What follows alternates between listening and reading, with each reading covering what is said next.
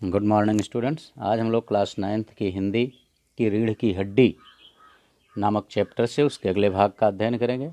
पिछले पार्ट में आपने पढ़ा था कि गोपाल प्रसाद जब रामस्वरूप की पुत्री उमा को देखने आए थे और उन्होंने उमा को देखा तो वो चश्मा लगाए हुई थी आँखों पर। तो उसके चश्मे को जब देखते हैं तो गोपाल प्रसाद पूछते हैं कि ये चश्मा इसे क्यों लगा है, कहीं पढ़ाई वढ़ाई की वजह से तो नहीं लगा है। तो रामस्वरूप बताते हैं कि नहीं, पिछले दिनों इसकी आंखों में कुछ दर्द हो रहा था, जलन सी हो रही थी, इसलिए इसको चश्मा लगवाना पड़ा था। तो फिर वही देखिए यहाँ उसी के आगे अब हम पढ़ेंगे इस भाग में। लेकिन इसके पहले हम आपको बता दें कि अगर आपने चैनल को सब्सक्राइब अभी तक नहीं किया है तो चैनल को सब्सक्राइब अवश्य कर लें, बेल आइकन दबा दें, जिससे कि कोई भी वीडियो अपलोड होते ही उसकी सूचना सबसे पहले आपके पास पहुंच जाए, वह वीडियो आपके पास सबसे पहले पहुंचे। इसके लिए आप बेल आइकन दबा दें, वीडियो को अधिक से अधिक लाइक और शेयर करना ना भूलें। तो आइए अब हम उसके आगे के भागों को देखते हैं।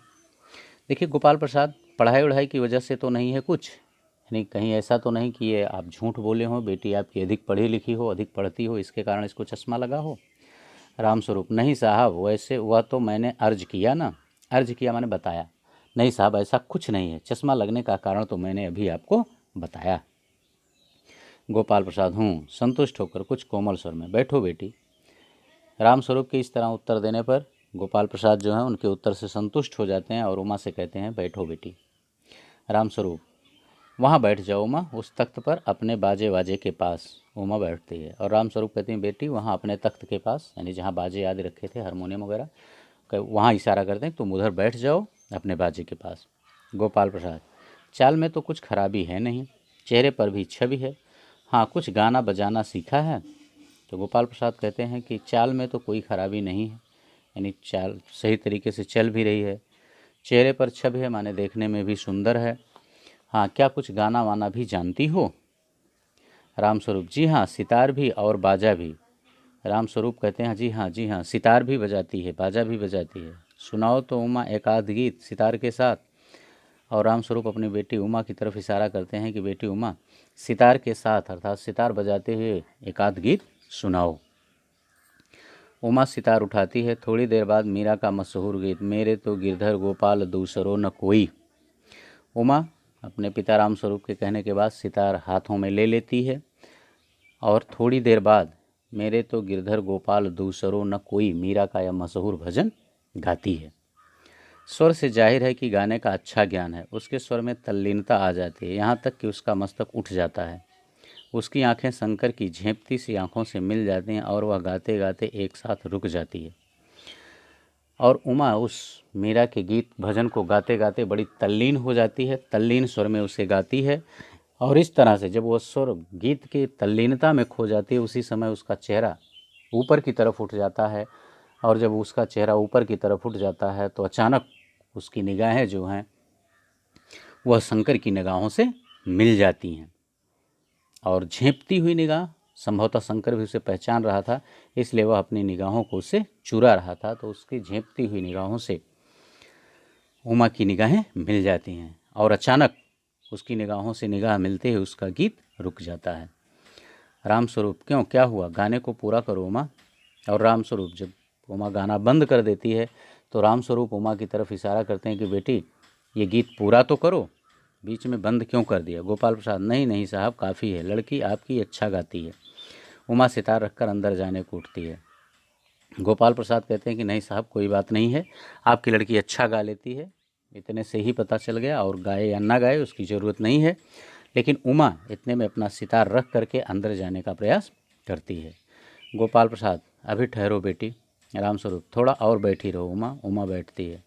गोपाल प्रसाद कहते हैं कि बेटी रुको अभी थोड़ी देर और। रामस्वरूप भी कहते हैं कि बेटी बैठ जाओ। तो उमा बैठ जाती है। गोपाल प्रसाद उमा से: तो तुमने पेंटिंग वेंटिंग भी। गोपाल प्रसाद कहते हैं कि क्या बेटी तुमने पेंटिंग वेंटिंग भी सीखी है।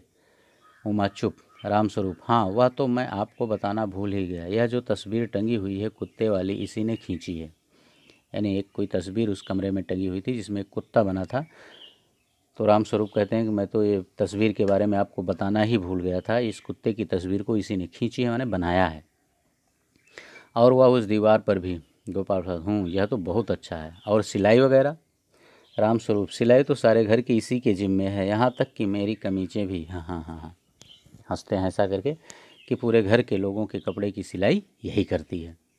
गोपाल प्रसाद, ठीक, लेकिन हाँ बेटी, तुमने कुछ इनाम भी जीते हैं। उमा चुप। रामस्वरूप इशारे के लिए खांसते हैं, लेकिन उमा चुप है, उसी तरह गर्दन झुकाए। गोपाल प्रसाद अधीर हो उठते हैं और रामस्वरूप सब पकाते हैं। इस तरह से गोपाल प्रसाद उमा से प्रश्न पर प्रश्न किए जा रहे थे। पूछते हैं कि बेटी, क्या तुमने कुछ अपने इन कला के माध्यम से कला के लिए कुछ इनाम भी प्राप्त किया है? लेकिन उमा चुप रहती है। उसको कुछ उसके पिता रामस्वरूप जो हैं खांसते हैं, खांसने के द्वारा इशारा करना चाहते हैं कि उमा कुछ बताए, लेकिन उमा गर्दन झुकाए उसी तरह चुपचाप बैठी है। और जब उमा कुछ बोलती नहीं है तो गोपाल प्रसाद अधीर हो उठते हैं और उमा बोल नहीं रही है, इसलिए रामस्वरूप भी थोड़ा हिचकिचाते हैं, सकपकाते हैं, लज्जा शर्म महसूस करते हैं। रामस्वरूप, जवाब दो उमा। रामस्वरूप कहते हैं कि उमा जवाब दो इनके प्रश्नों का। गोपाल प्रसाद से, हाँ हाँ, जरा शर्माती है, इनाम तो इसने। और उसके बाद रामस्वरूप गोपाल प्रसाद से कहते हैं कि हाँ, ये जरा शर्म कर रही है, लजा रही है, और इनाम तो इसने जीते ही हैं। गोपाल प्रसाद जरा रूखी आवाज़ में, जरा इसे भी तो मुंह खोलना चाहिए। गोपाल प्रसाद रूखी आवाज़ में, संभवतः उन्हें कुछ क्रोध आया होगा कि मैंने इतने प्रश्न पूछे और इसने किसी प्रश्न का उत्तर नहीं दिया, इसीलिए कहते हैं कि इसे भी तो मुंह खोलना चाहिए। रामस्वरूप, उमा देखो, आप क्या कह रहे हैं, जवाब दो ना। उसके बाद रामस्वरूप कहते हैं कि बेटी उमा देखो, आपके ससुर, होने वाले ससुर जो हैं, वो जो भी आपसे पूछ रहे हैं आप उसका जवाब देना चाहिए। उमा हल्की लेकिन मजबूत आवाज़ में, उमा जो है बहुत धीमी आवाज़ में लेकिन मजबूत आवाज़ में, यानी कॉन्फिडेंस के साथ बोलती है। क्या जवाब दूं बाबूजी? जब कुर्सी मेज़ बिकती है तब दुकानदार कुर्सी मेज़ से कुछ नहीं पूछता, सिर्फ खरीदार को दिखला देता है। पसंद आ गई तो अच्छा है, वरना। उमा कहती है कि बाबू, इनके प्रश्नों का मैं क्या जवाब दूं? ये कुर्सी मेज़ की बात करती है। उमा मानती है कि जैसे हम लड़कियां कुर्सी मेज़ की तरह हैं। वही कहती है कि कुर्सी मेज़ जब बिकती है तो दुकानदार कुर्सी और मेज़ को ही ग्राहक को दिखा देता है, लेकिन कुर्सी मेज़ से नहीं पूछता कि क्या यह ग्राहक तुम्हें पसंद है कि नहीं पसंद है। उसी तरह से कह रही है कि ये लोग मुझे तो देख रहे हैं, मुझे पसंद, अपनी पसंद या नापसंद देख रहे हैं, हर चीज़ इनको पसंद आनी चाहिए, लेकिन क्या मेरे बारे में भी कुछ पूछेंगे कि क्या मुझे इनका लड़का पसंद है? इसी तरफ शायद उमा का यह इशारा है। रामस्वरूप चौंक कर खड़े हो जाते हैं। उमा की इन बातों को सुनकर रामस्वरूप खड़े हो जाते हैं और कहते हैं कि उमा, ये तुम क्या कह रही हो? उमा, अब मुझे कह लेने दीजिए बाबूजी, ये जो महाशय मेरे खरीदार बनकर आए हैं, इनसे ज़रा पूछिए कि क्या लड़कियों के दिल नहीं होता? क्या उनके चोट नहीं लगती? क्या बेबस भेड़ बकरियां हैं जिन्हें कसाई अच्छी तरह देखभाल कर। ये बीच में बात काट देते हैं, इसीलिए डांट लगा के छोड़ दिया गया है। तो उमा कहती है कि पिताजी, मुझे बोल लेने दीजिए।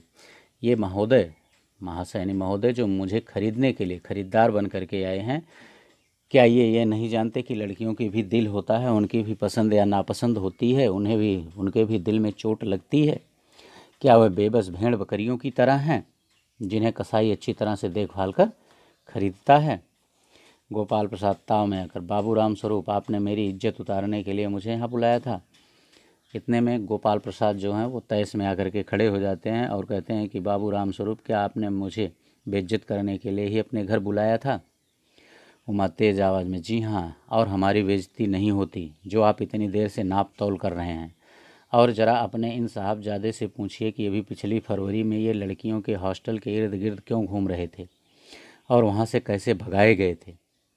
और उमा तेज आवाज़ में कहती है कि जी हाँ, केवल आपकी ही इज्जत है, आपकी ही बेइज्जती होती, हम लोगों की तो बेइज्जती होती नहीं। इतनी देर से आप नाप तौल कर रहे हैं, लेकिन आप ज़रा अपने साहबजादे से पूछिए कि ये पिछली फरवरी में लड़कियों के हॉस्टल इर्द गिर्द चक्कर काटते हुए ये पकड़े गए थे और वहाँ से किस तरह भगाए गए थे। शंकर, बाबूजी चलिए। शंकर कहता है कि बाबूजी चलिए यहाँ से। गोपाल प्रसाद, लड़कियों के हॉस्टल में? क्या तुम कॉलेज में पढ़ी हो? अब गोपाल प्रसाद कहते हैं कि लड़कियों के हॉस्टल में इन्हें चक्कर काटते हुए तुमने देखा है, तो इसका मतलब क्या तुम कॉलेज में पढ़ी हो? बस बच्चों, इस पार्ट में इतना ही। इसके अगले पार्ट में हम इसके आगे के भागों को लेकर पुनः आपके समक्ष उपस्थित होंगे। लेकिन यदि इस चैनल को आपने सब्सक्राइब नहीं किया है तो पाठ को अच्छी तरह से समझने के लिए चैनल को अवश्य सब्सक्राइब कर लें। वीडियो को लाइक और शेयर करना ना भूलें, अधिक से अधिक शेयर करें जिससे आपके दोस्त और मित्र भी इस वीडियो का पूरा लाभ ले सकें। बेल आइकन दबा दें जिससे कि कोई भी वीडियो अपलोड होते ही सर्वप्रथम उसका नोटिफिकेशन आपके पास पहुंच जाए। Okay, thank you.